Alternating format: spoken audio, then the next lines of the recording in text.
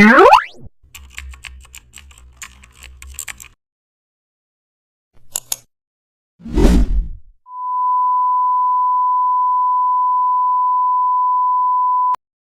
back to the channel. Don't forget to like, share, and subscribe my channel.